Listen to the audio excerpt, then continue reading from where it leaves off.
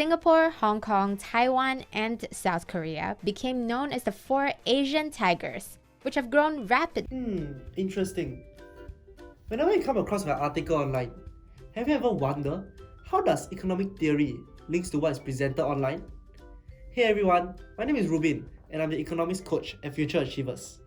In this episode, I'll be illustrating to you how do we link economic theories to what is presented online. Having these skill sets will certainly improve your evaluation skills. Now, let's take a look at a video to see how do we use current economic knowledge to link to what is presented in the video. Singapore, Hong Kong, Taiwan, and South Korea became known as the four Asian tigers, which have grown rapidly since the 1960s. Their rise was fueled by exports, industrialization, and more crucially, big doses of government intervention. This was especially true for Singapore. Labor strikes were common on the island in the 1960s, even with high unemployment. On top of that, there was a housing crisis, with Singapore being home to one of the largest slum settlements in the world. So how do you build a more disciplined labor force to attract investment?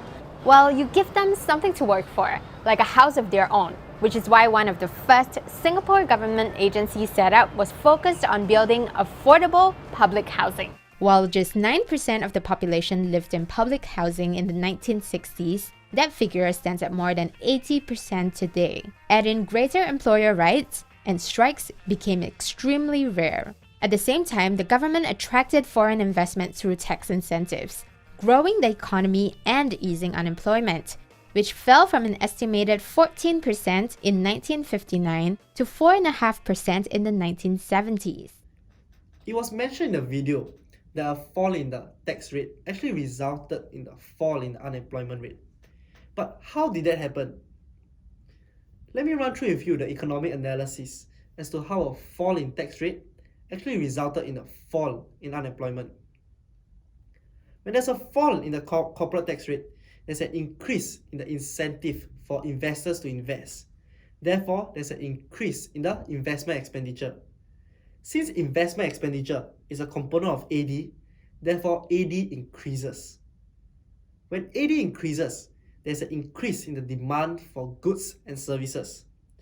Firms see an increase in the demand for goods and services will then increase their production. In order to increase their production, they will hire more factors of production, including labor.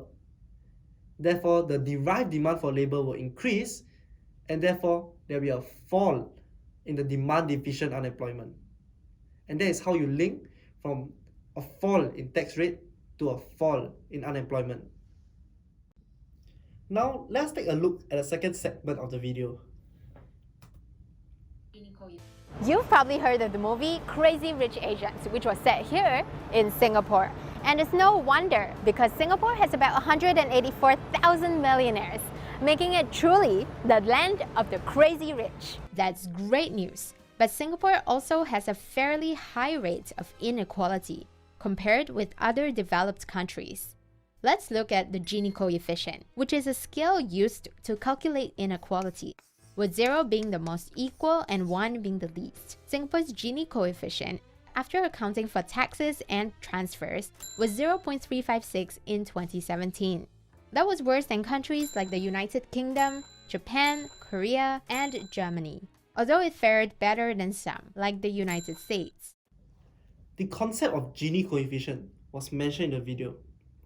In economics term, Gini coefficient refers to the measurement of income inequality. It's a number between 0 to 1.